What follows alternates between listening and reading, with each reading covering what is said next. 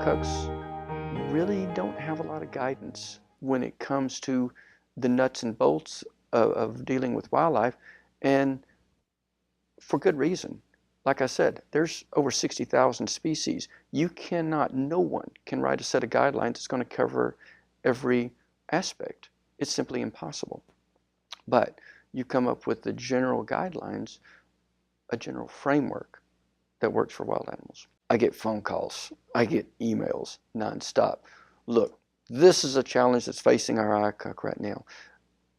Tell me if we're thinking about this right. Tell me, we don't have any expertise with this animal. Can you help us? And I may not have any expertise with that animal, but if it's a mammal, at least I know a society that I can turn to, and I can poll the members in my society, and odds are we can come up with someone who has worked with that species or a closely related species. We can usually get the questions answered. If you look at even the Guide for Care and Use of Laboratory Animals, it says specifically, page 32 I think, that this is not a compendium of all things wildlife, and IACUCs are encouraged to consult experts. Okay, these guidelines are drafted by the experts. There's guidelines for birds, for fish, for reptiles and amphibians, and for mammals. So it is our responsibility from the taxon societies to keep these guidelines current and usable for these IACUCs to provide that first level of resource. So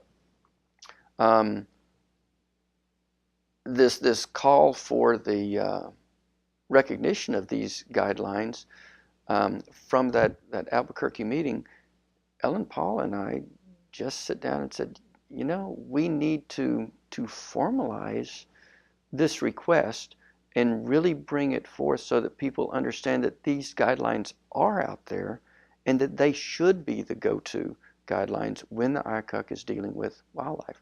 So we put that together. We drafted in some expertise from the other taxon societies, because Ellen's certainly not a herpetologist, nor am I. So Stephen Beaupre was representing ICS and Herps at the time. He was the president of ASIH.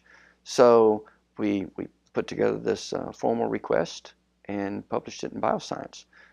From that, the NSF did come back and explicitly recognize the taxon guidelines for the work that they fund.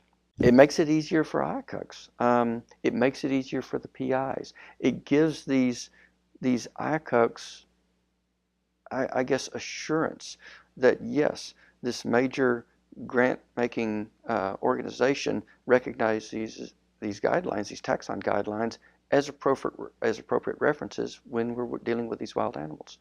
So it simply endorses what their PIs have been telling them all this time. What we're sensing is that we're meeting a need that wasn't being met at all before. It's like we've I don't know, created a little crack in this dam, and now it's just flooding through with questions, with how do you deal with this? Okay, tell us, you know, what will provide some insight on this situation with these wild animals. We've got investigators going to a foreign country. They can't take the drugs, the pharmaceuticals with them that we would use in this country.